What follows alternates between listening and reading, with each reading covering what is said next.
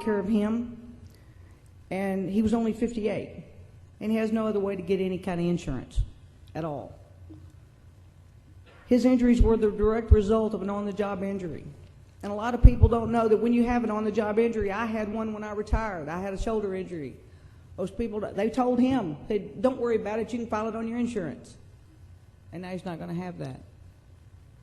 When I retired from the police department, I still had about 2 more months of physical therapy on a shoulder surgery that was an OJI.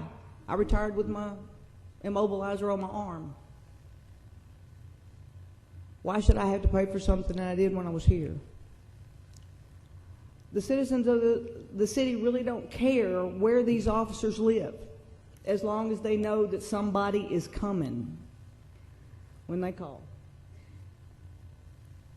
In that 62-year span that I mentioned, some of the officers lived up to 2 hours away, and they made that commute daily to be at work on time. Because back then, you better be there at 7:45 in the morning or 11:45 at night, or there was a little hell to pay.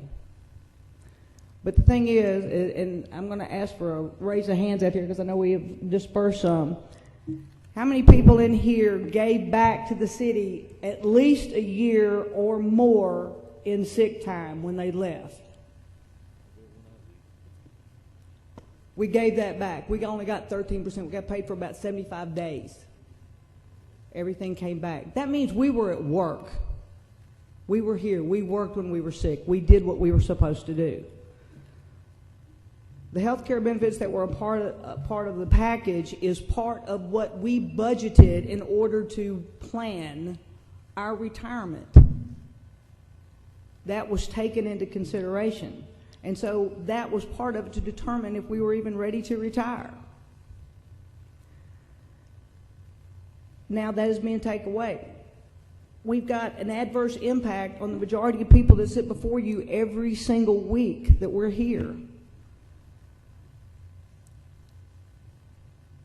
By the way of everybody thinking here, you know, it seems to me if I have a house note and I decide that I want to renovate my kitchen and I want to take a fourth, a third, or half of my house note and put it toward my home renovation, you think the bank's going to let me keep my house? Because they're not.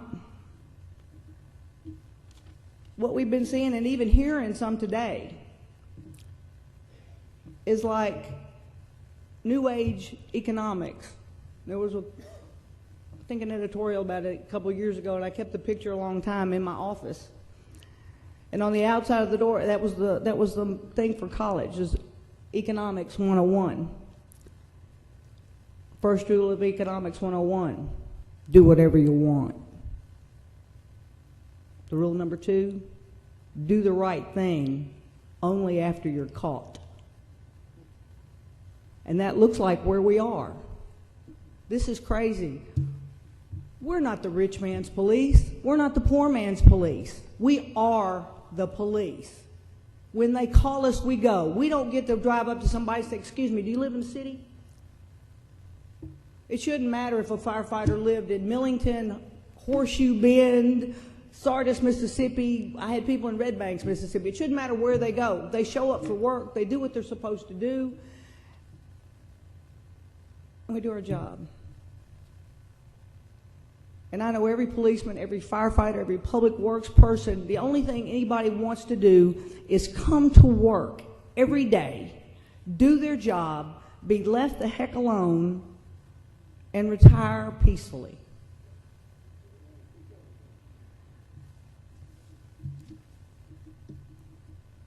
If you want to run, people say, when I make the analogy about the house note, they say, well, that's house income and that's not government. You're right, it's not.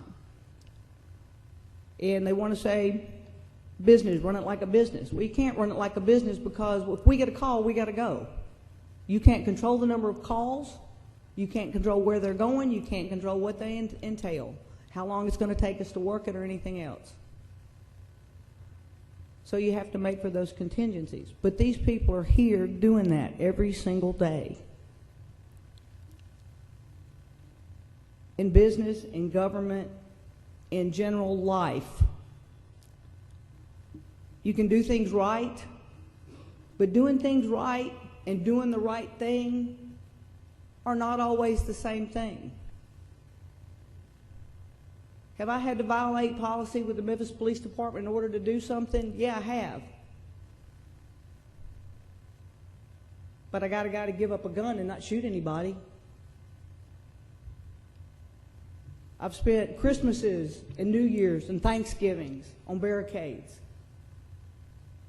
I've worked the field, I've worked in sex crimes, I've worked in general assignment, I've worked in crime scene, I've worked everywhere. I'm loosely qualified to cover everything from child abuse to terrorism.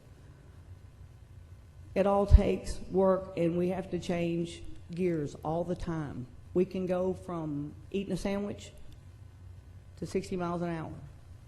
But I tell you what's going to happen is that these people before you will not go quietly into that night.